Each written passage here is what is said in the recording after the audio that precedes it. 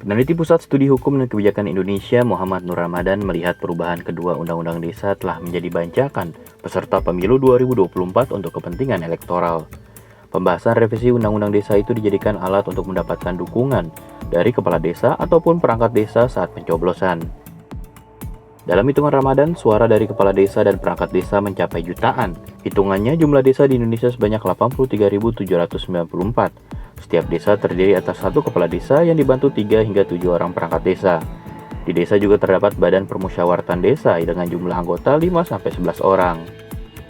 Politik dagang sapi dalam pembahasan perubahan kedua Undang-Undang Desa terlihat dari rekam jejak 8 organisasi kepala desa dan perangkat desa. Kedelapan lembaga itu adalah Persatuan Perangkat Desa Indonesia atau PPDI, Asosiasi Pemerintah Desa Seluruh Indonesia atau APDESI, Asosiasi Kepala Desa Indonesia atau AKSI, Asosiasi Badan Permusyawaratan Desa Nasional atau APPEDNAS, Parade Nusantara, Persatuan Anggota Badan Permusyawaratan Desa Seluruh Indonesia, Pengurus Pusat PPDI, serta Komunitas Purna Bakti Kepala Desa Seluruh Indonesia. Lembaga-lembaga itulah yang terus mendesak perubahan kedua Undang-Undang Desa. Mereka berkali-kali berunjuk rasa di DPR sejak tahun lalu hingga pekan ini.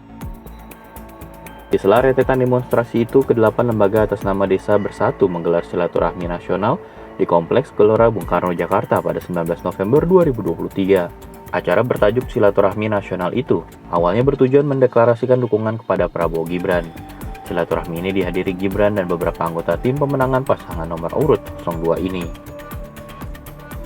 Berbeda dari arah dukungan 8 organisasi kepala desa tersebut, perkumpulan aparatur pemerintah desa seluruh Indonesia cenderung mendukung Ganjar Mahfud, pasangan calon yang diusung PDIP.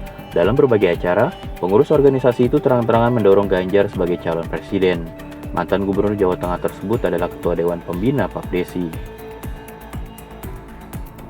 Dosen Hukum Kepemiluan Fakultas Hukum Universitas Indonesia, Titi Anggraini, mengatakan kepala desa sebagai perangkat pemerintah di struktur terendah lebih mudah mempengaruhi warganya. Karena itu, keberpihakan kepala desa dalam pemilu akan sangat berbahaya. Menurut Titi, sebagai bagian dari pemerintah, kepala desa semestinya jauh dari bias politik. Jika kepala desa tak netral, kata dia mereka akan rentan menyalahgunakan kewenangan. Kepala desa yang tidak netral akan menggunakan dana desa, program bantuan pemerintah, dan berbagai akses pelayanan publik lain sebagai alat propaganda politik.